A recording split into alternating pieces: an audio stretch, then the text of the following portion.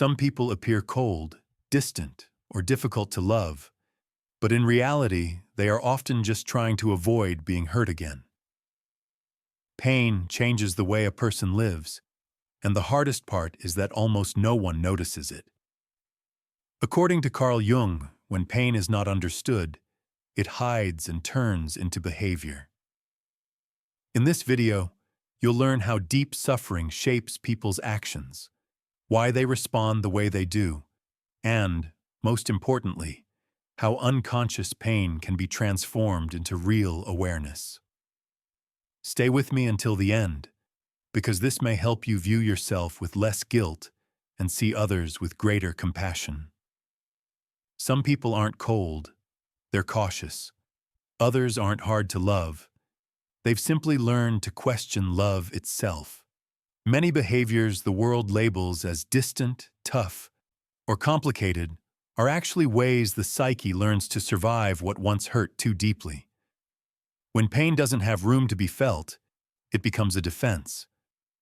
Over time, those defenses can start to look like personality traits, but they aren't. They are simply armor, quietly stitched together piece by piece from emotional survival. Carl Jung once said that pain is the price the soul pays for greater consciousness.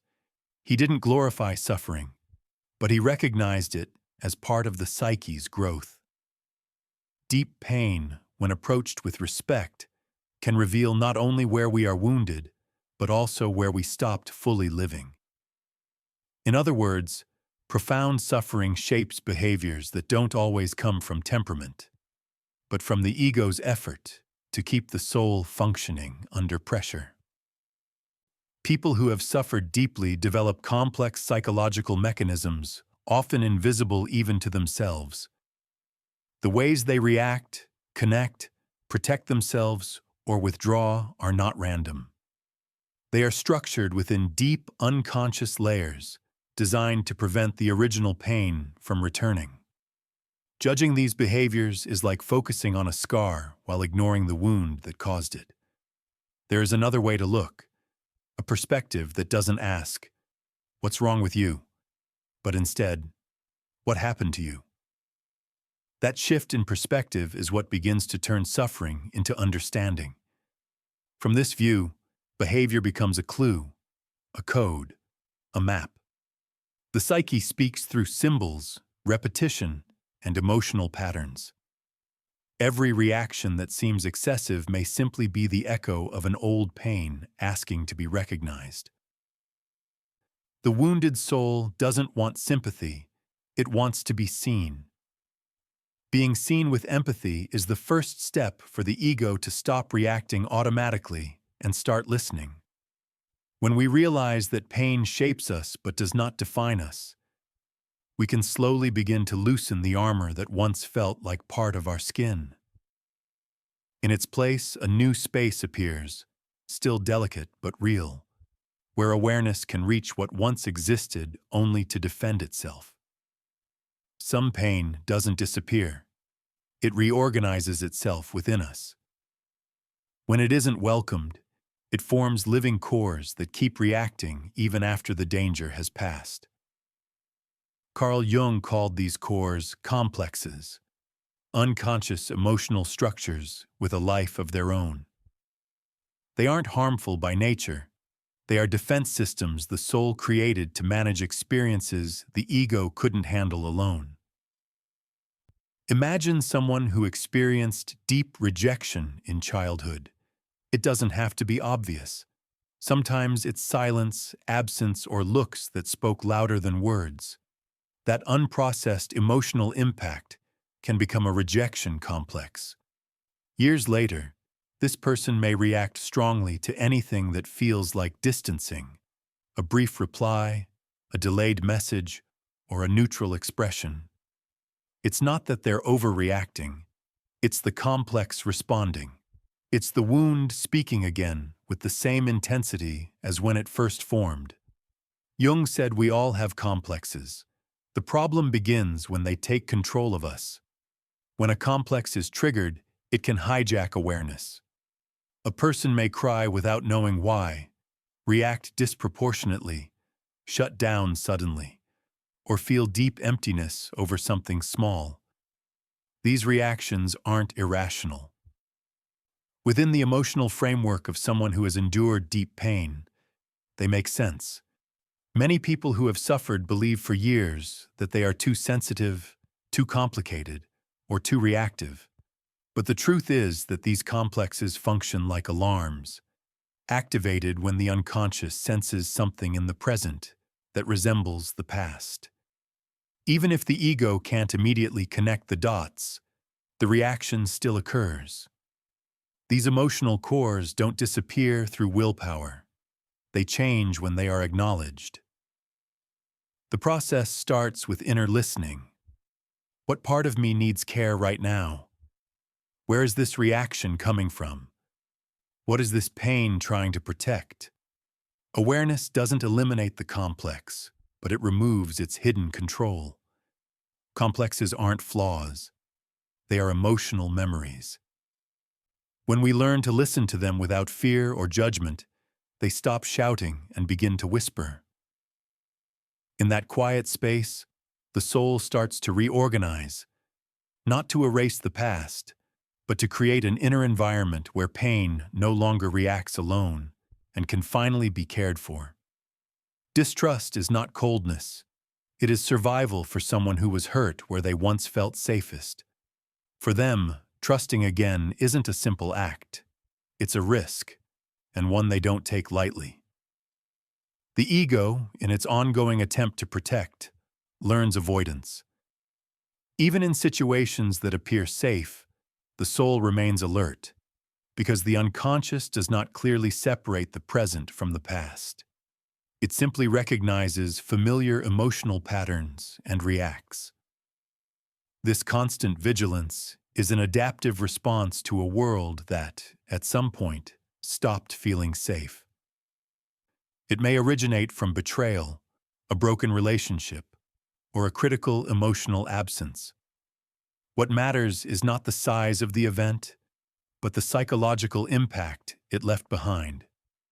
Once distrust settles in, the ego constructs invisible defenses. It studies expressions, interprets silence, and anticipates disappointment before it occurs. When clear signs of danger are missing, it may even create them, just to avoid being caught unprepared again. People living in this state do not want to remain this way, but they fear even more the pain they once experienced. Distrust becomes a filter through which everything passes: words, intentions, gestures, even affection. Everything is evaluated, tested, and often undermined, because believing can feel more threatening than keeping distance. Jung understood that the psyche acts from self-protection, not cruelty. The ego distrusts because it learned that trust once came at a high cost. Over time, however, this protection demands its own price: the loss of genuine intimacy. True connection is impossible when one is always waiting to be hurt. Healing begins when we recognize that we are reacting to the past rather than the present. When we see that the fear lives in an emotional echo still active within us. It takes courage to pause that inner alarm, even briefly, and ask whether the threat is real or simply a memory guiding the response. Trust does not mean abandoning all defenses at once. It means allowing small emotional reality checks and accepting that the present can be different. It means understanding that the person in front of us is not responsible for the damage caused by someone else. Distrust is not an error. It is a response. But when the ego realizes it is no longer under attack, it can slowly begin to rest.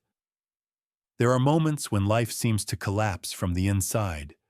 Trust breaks, relationships feel threatening, and pain becomes the only constant.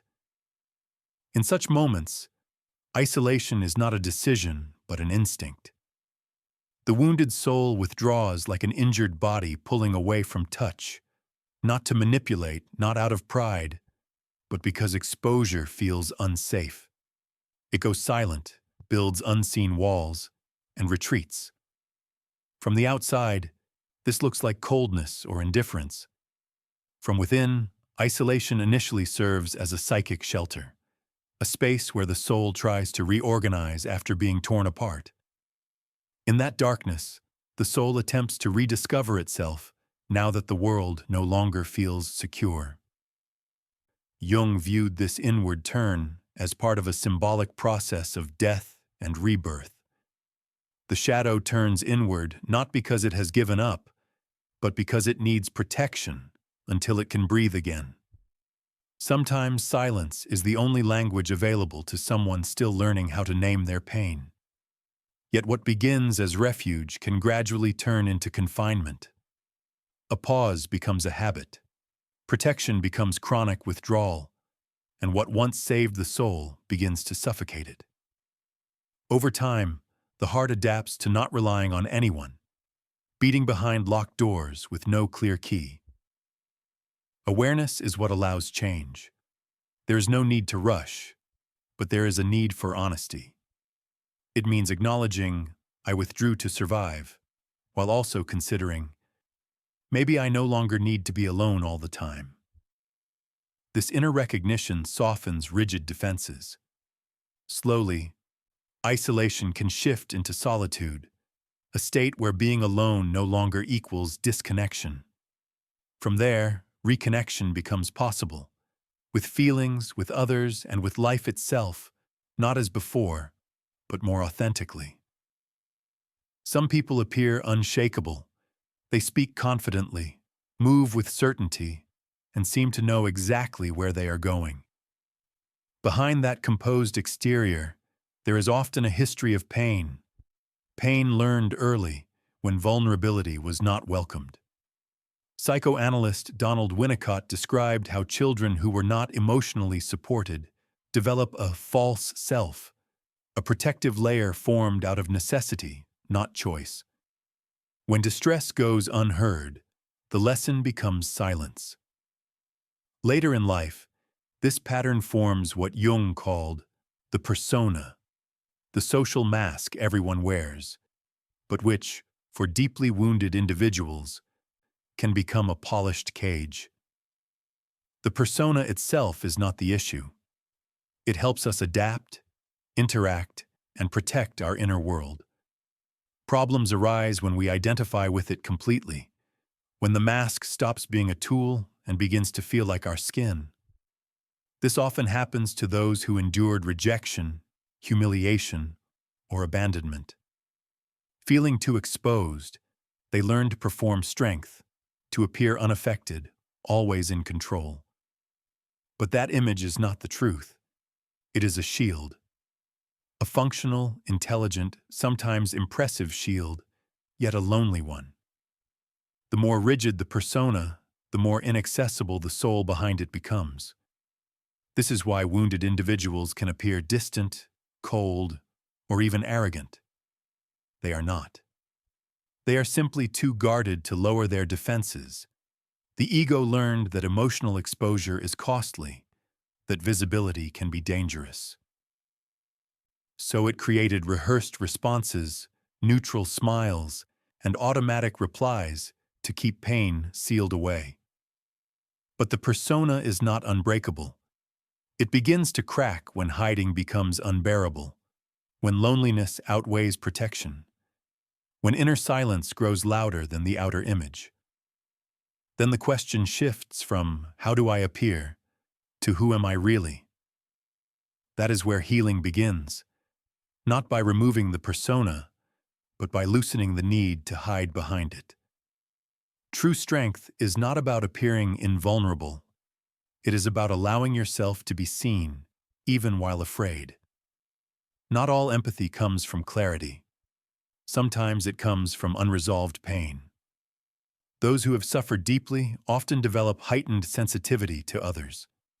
They notice subtle cues, feel emotions strongly, and are easily moved.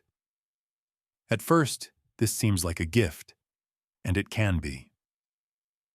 But when empathy extends beyond healthy limits and becomes a way to avoid the self, it turns into projection. Often, those who feel intensely for others are unknowingly feeling for themselves. Another person's pain becomes a mirror for wounds not yet acknowledged. Instead of turning inward, they try to heal externally what remains open inside. They give excessively, erase themselves, and step into the caretaker role. Over time, this becomes identity. I'm the one who understands, the one who holds everything together. Beneath this generosity lies an unconscious avoidance, because caring for others feels safer than facing unresolved pain. Jung explained this through projection. When we cannot face something within, we cast it outward. Excessive empathy can create connection, but it also drains, because relationships built on imbalance are not sustainable. This pattern often leads to emotional exhaustion and one-sided dynamics. That is not love. It is emotional dependency disguised as sensitivity. Healing begins with a subtle shift, realizing that caring for others should not mean abandoning oneself, that true listening requires listening inward first, and that helping does not mean carrying another's pain. True empathy arises after pain has been acknowledged internally. Then it becomes steady presence, neither excessive nor self-sacrificing, simply available. Those who know how to care for themselves can show up for others without disappearing. That is the kind of empathy that truly heals, quiet, grounded, and deeply human. For someone who has been hurt, love is never simple. It is not a lack of desire, but an excess of memory. Every attempt to open up carries the weight of what once failed. Even when the partner is different, vigilance remains. Affection arrives with caution. Bonds form with alertness. This guarded love is often mistaken for coldness, but it is not a lack of feeling. It is the result of a psyche protecting what once bled too deeply. The fear is not really of the other person, but of what they might awaken. Abandonment, disappointment, broken trust. The heart approaches carefully, while the ego, like a tired soldier, refuses to fully stand down. Jung noted that relationships are where complexes act most strongly. Intimacy brings unresolved wounds to the surface. That is why those who have suffered deeply often love with part of themselves still withdrawn, always prepared to leave. This stance may feel protective, but over time it weakens real connection.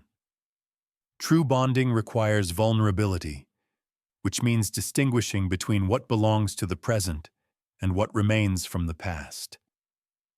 The current partner is not the source of the old pain, yet the wound insists on viewing everything through the same lens. Jung said true love begins where projection ends. As long as fears and traumas are projected onto the other, we cannot see them clearly. Love becomes a struggle between past and possibility. Healing here is gradual. It requires presence, honesty, and reflection, asking whether the reaction belongs to now or to before. Trust is not a sudden leap. It is the slow recognition that safe spaces exist, that not all love wounds, that it is possible to connect without losing oneself. When that understanding grows, armor does not need to be torn away. It simply becomes unnecessary. Some people carry heavy burdens quietly. They do not ask for help, complain, or show weakness. They are seen as strong and resilient. Often, that strength was not chosen. It was learned when no one else was there. The soul learned to walk alone.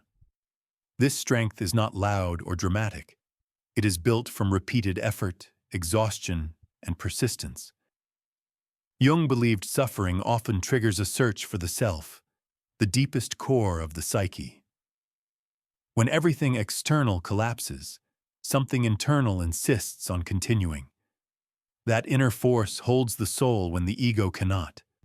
It whispers, "Keep going," when no clear path remains. Yet when strength is never balanced with care, it hardens. Endurance turns into armor, not only against others, but against oneself.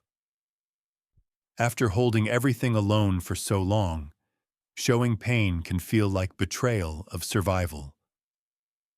That is why strength must exist alongside vulnerability. Being strong does not mean never needing support. It means knowing when it is safe to rest, to say, "I can't carry this anymore." When the soul realizes it no longer has to fight constantly, a new strength emerges. Not survival strength, but conscious strength. A strength that carries its story without hardening inside it, that honors scars without needing them as proof. Then the path no longer feels lonely, even if it remains quiet.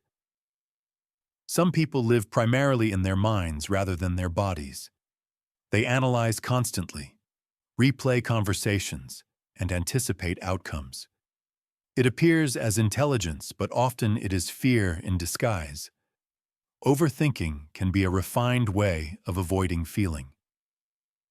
For those who have suffered deeply, emotions can feel dangerous. The ego responds by moving everything into thought. The mind becomes a place of control, prediction, and explanation. In this search for control, emotional spontaneity fades. Jung warned that knowledge alone does not transform. Understanding without lived experience changes little.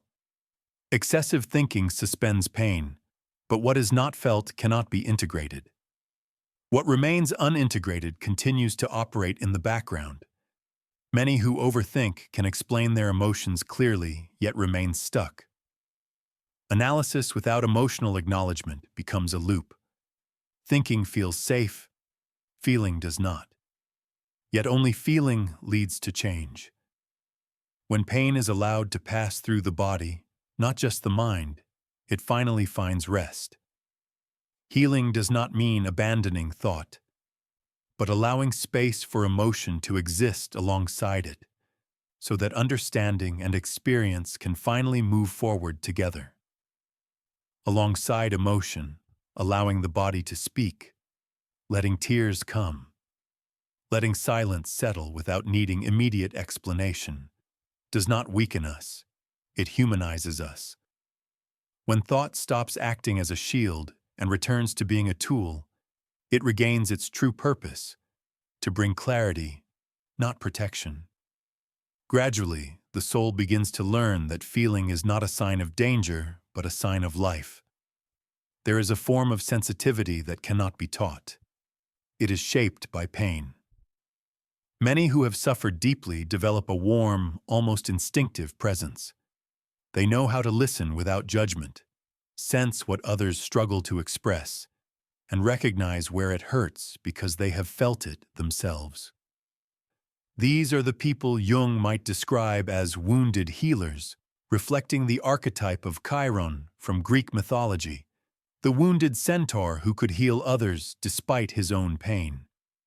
Yet this ability to comfort does not always come from a healed place. Sometimes it arises from an unconscious effort to mend in others what still bleeds inside. It is a generous impulse, but also a risky one, because it can lead to self-erasure. Caring for others becomes central, while one's own pain is postponed. Suffering becomes a bridge outward, but not a path back inward.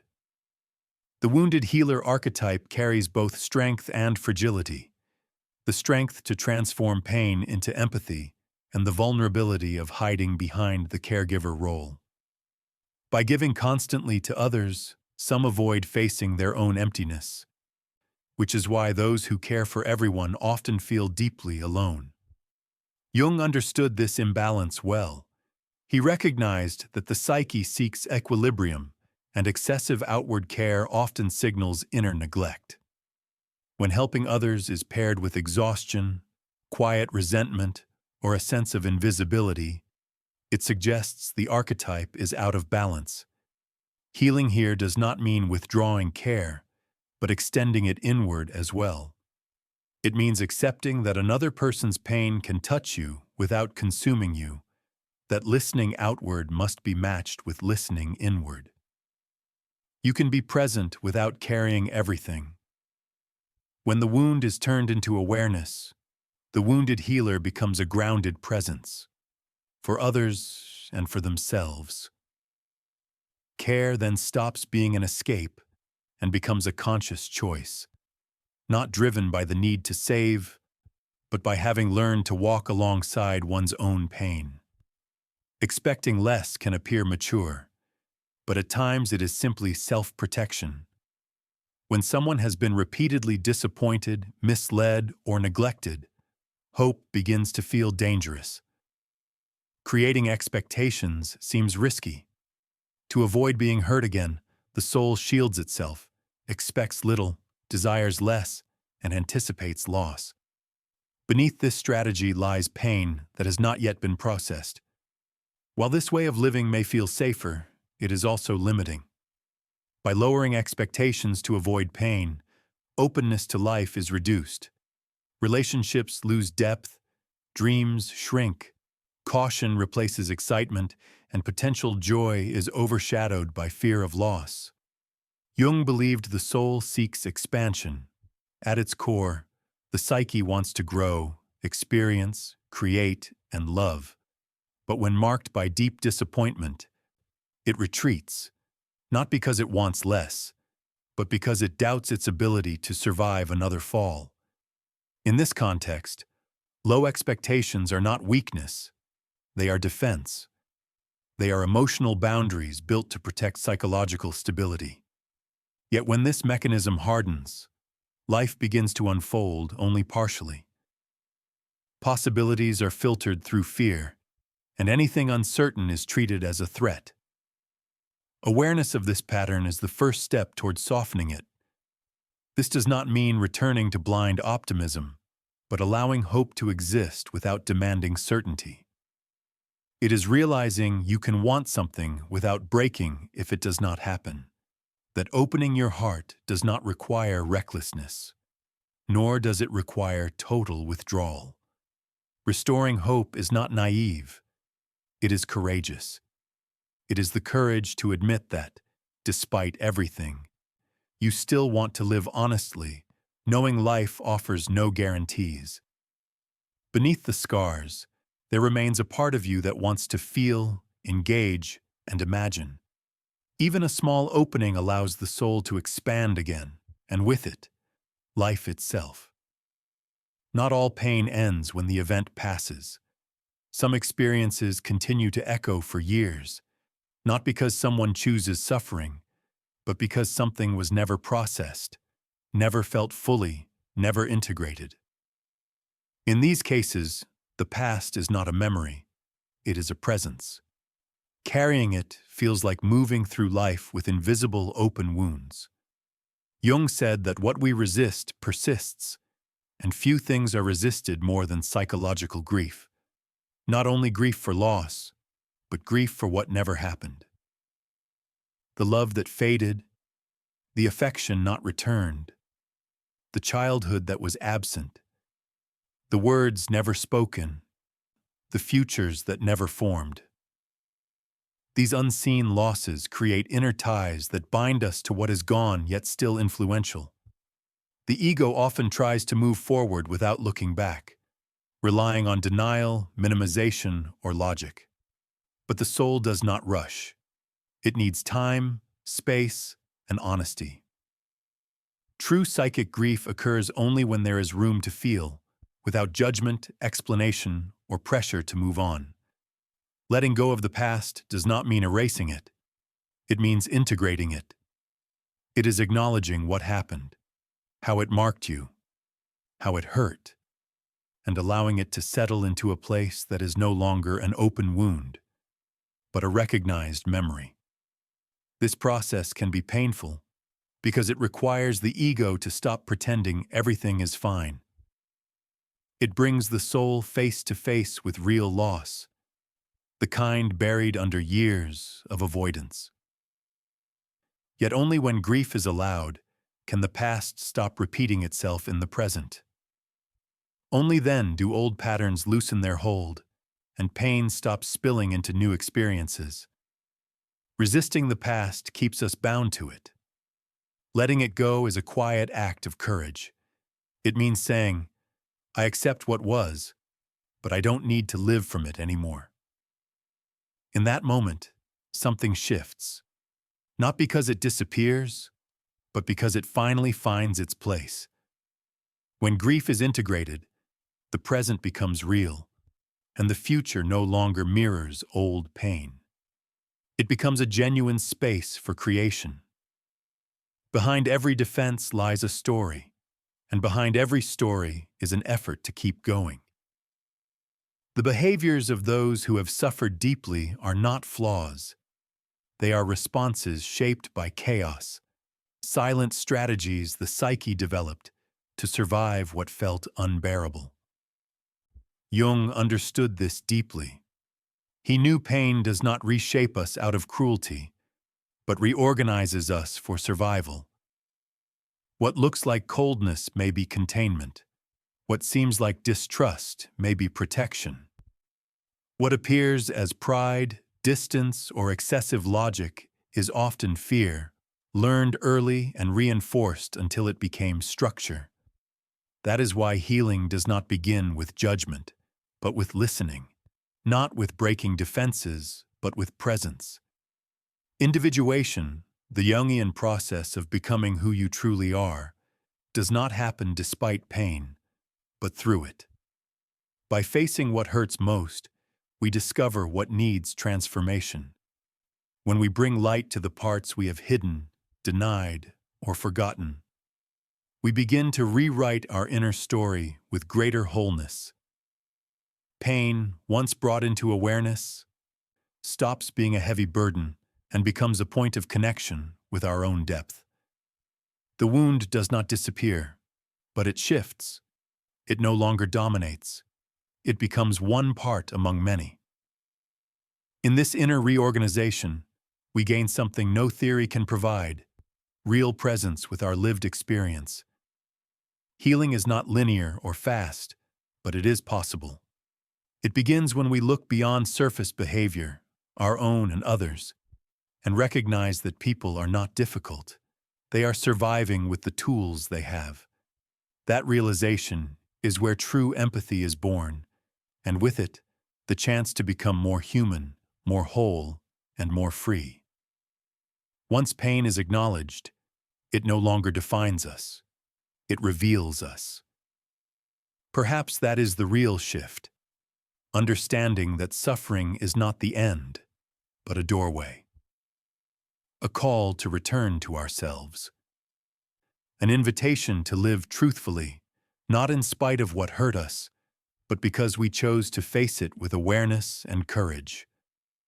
If this content resonated with you, if it touched a quiet part of your own story, take a moment to subscribe to the channel and turn on notifications. Here, we continue exploring self-awareness, deep psychology, and the paths the soul takes toward healing and consciousness. And if you stayed with me until the end, I invite you to leave a comment below saying, "I'm learning to listen to my pain." That simple phrase tells me you were here, and more importantly, that you are willing to turn pain into a path. And that, in itself, is already a beginning. I'll see you in the next video. In the next